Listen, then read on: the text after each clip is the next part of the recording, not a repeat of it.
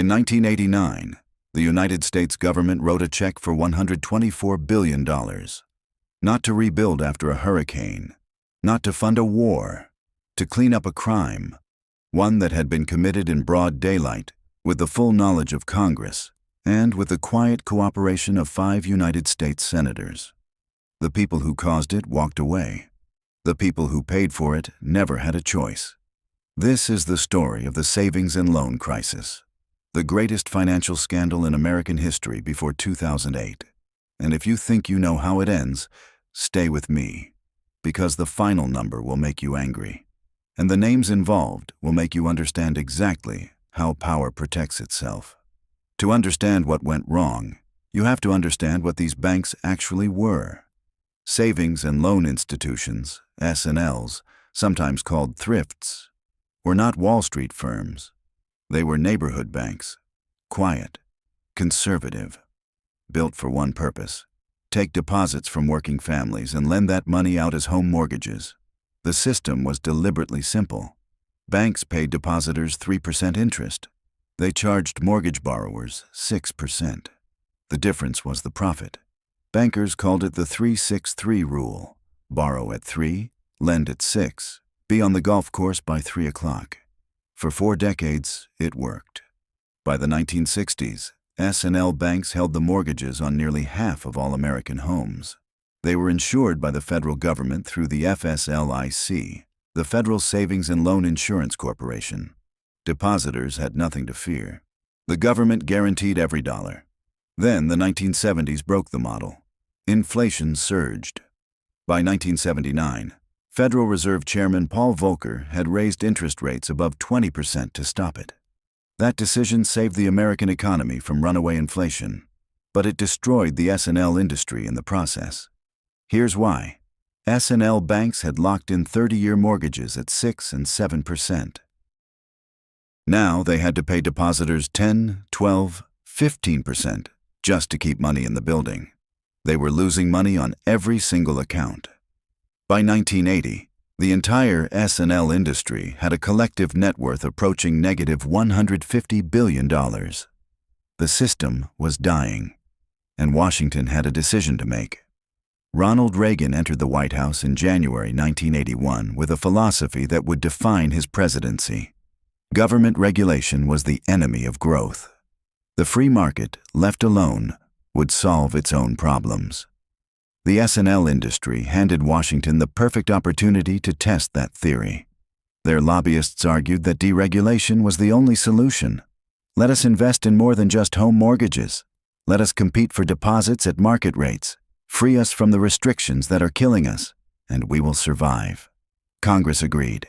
In October 1982, President Reagan signed the Garn-St Germain Depository Institutions Act. Standing in the Rose Garden, he called it the most important legislation for financial institutions in the last 50 years. He said it would revitalize the housing industry and strengthen the American economy. What it actually did was remove almost every restriction on what S&L banks could do with depositors' money. Before 1982, S&Ls could only make home mortgages. After Garn-St Germain, they could invest in commercial real estate, junk bonds, construction loans, direct equity positions, virtually anything, and they could do all of it with federally insured deposits. This is the detail that changes everything. If the investments paid off, the profits went to the bank's shareholders and executives. If the investments failed, the federal government, meaning the American taxpayer, would cover every depositor's loss. The upside was private. The downside was public. Economists have a term for this: moral hazard. When someone can take enormous risks with no personal consequence, they will always take more risk than is rational. It isn't a character flaw. It is a predictable, inevitable response to a broken incentive structure. And the men now running S&L banks understood this perfectly. Between 1982 and 1985, S&L assets exploded from $600 billion to over $1 trillion. New institutions were chartered across California, Texas, and Florida. developers and investors were buying S&L banks specifically because they offered access to federally insured deposits with almost no oversight. The money was there. The rules were gone. And the examiners were overwhelmed. No single figure embodied this era more completely than Charles Keating. He was a lawyer from Cincinnati, tall, imposing, deeply religious in public. He had once led a national campaign against pornography. He was photographed with presidents and donated millions to Catholic charities. Mother Teresa wrote a letter on his behalf when he came under investigation. In 1984, Keating purchased Lincoln Savings and Loan in Irvine, California, for $51 million. Within months, he had transformed it completely. He fired the existing management, moved the headquarters to Phoenix, and redirected Lincoln's entire investment strategy away from home mortgages. Instead, he used depositor funds to purchase junk bonds, speculative commercial real estate, and equity stakes in his own holding companies. He made massive loans to business partners and associates, often without requiring collateral. He approved transactions that benefited himself directly and disclosed none of it to regulators. Between 1984 and 1989, Keating and his family extracted over $34 million in compensation from Lincoln Savings. But the detail that defined the scandal wasn't the junk bonds or the insider loans. It was what Lincoln's tellers were instructed to do with elderly customers. When retired depositors came into Lincoln branches to renew their federally insured certificates of deposit, tellers were trained to steer them toward a different product: subordinated debentures issued by Keating's parent company, American Continental Corporation. These bonds were not federally insured. They were unsecured obligations of a company that was already technically insolvent, but they offered a slightly higher interest rate, and Lincoln's staff was incentivized to sell them. Over several years, $250 million worth of these bonds were sold, almost entirely to retirees and elderly savers who believed they were buying something safe.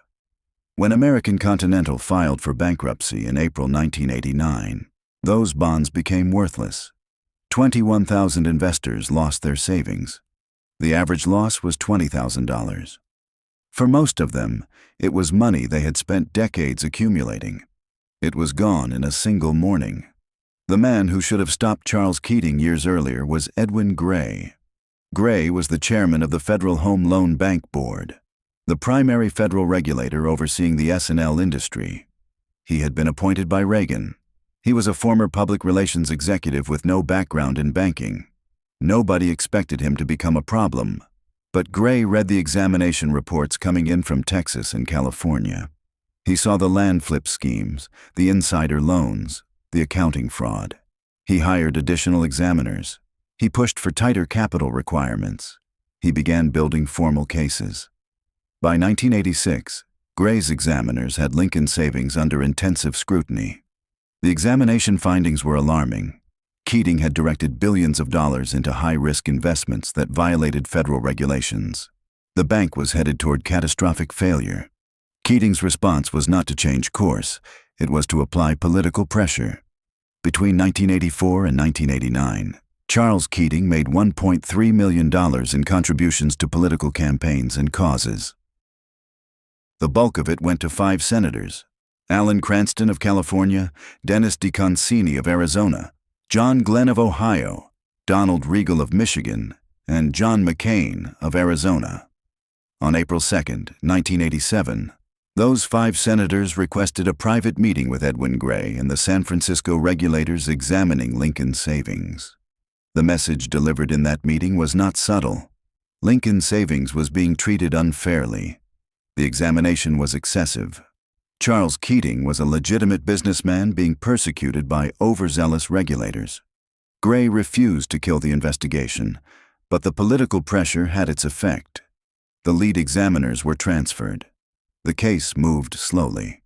Lincoln Savings continued operating for 2 more years, losing approximately $4 million every single day. When Keating was later asked by a journalist whether his $1 million contributions to these senators had bought their political assistance, he answered without hesitation, "I want to say in the most forceful way I can, I certainly hope so." There is one more name in this story that deserves its own sentence. Before Alan Greenspan became chairman of the Federal Reserve, before he spent 20 years shaping American monetary policy, he was a private economic consultant. In 1985, Charles Keating paid him to write a letter to federal regulators vouching for Lincoln Savings' financial health. Greenspan wrote the letter. He described Lincoln as a financially strong institution that presents no foreseeable risk to the Federal Savings and Loan Insurance Corporation. 3 years later, Lincoln Savings collapsed with losses of $3.4 billion, the single largest S&L failure in history. Greenspan later acknowledged the letter as a serious mistake and a lapse of judgment. He was confirmed as Federal Reserve Chairman in 1987. He served until 2006. During his tenure, he consistently argued against derivatives regulation and maintained the low interest rate environment that inflated the housing bubble leading to 2008. By 1988, the collapse could no longer be contained. The FSLIC, the Federal Insurance Fund, was itself insolvent. It had paid out more in claims than it held in reserves. The agency designed to prevent a banking crisis had become a casualty of one. In August 1989, Congress passed FIRIA, the Financial Institutions Reform, Recovery, and Enforcement Act. It abolished the FSLIC entirely, restructured federal oversight, and created the Resolution Trust Corporation, the RTC, to take over and liquidate failed institutions. The RTC became, briefly, the largest real estate company on earth. It inherited office towers in Dallas, condominium developments in Miami, shopping centers in Phoenix, the physical wreckage of 1,000 bad decisions made with insured money. Between 1989 and 1995, the RTC closed or resolved 747 institutions holding nearly $400 billion in assets. The final cost to the American taxpayer, $124 billion in direct federal funds. Including private losses, the total exceeded $160 billion. In today's dollars, that figure exceeds $300 billion. At the time, it was the largest government financial rescue since the Great Depression. So who went to prison? Charles Keating was convicted of securities fraud and racketeering in 1993. He was sentenced to 12.5 years. He served 4.5 years before his conviction was overturned on procedural grounds. He was eventually resentenced to time served and released. He died in 2014 at the age of 90, a free man. The Keating Five were investigated by the Senate Ethics Committee. Alan Garn-St received the most serious sanction, a formal reprimand from the full Senate. The remaining 4 received lesser rebukes. None were criminally charged. All 5 either retired or were defeated in subsequent elections. Neil Bush, son of President George H.W. Bush, who signed FIRIA into law, had served on the board of directors of Silverado Savings and Loan in Denver, which collapsed with losses of over $1 billion. Federal investigators found that he had voted to approve $100 million in loans to his own business partners without disclosing those relationships to the board. He reached a civil settlement of $50,000, paid largely by the Republican Party, without admitting wrongdoing. Edwin, the regulator who tried to stop it, was not reappointed when his term ended. He returned to the private sector. Here is what this story actually is. It is not a story about one corrupt banker or 5 compromised senators. It is a story about a system that was deliberately designed to privatize the gains and socialize the losses, and then defended by the people who benefited from it when it collapsed.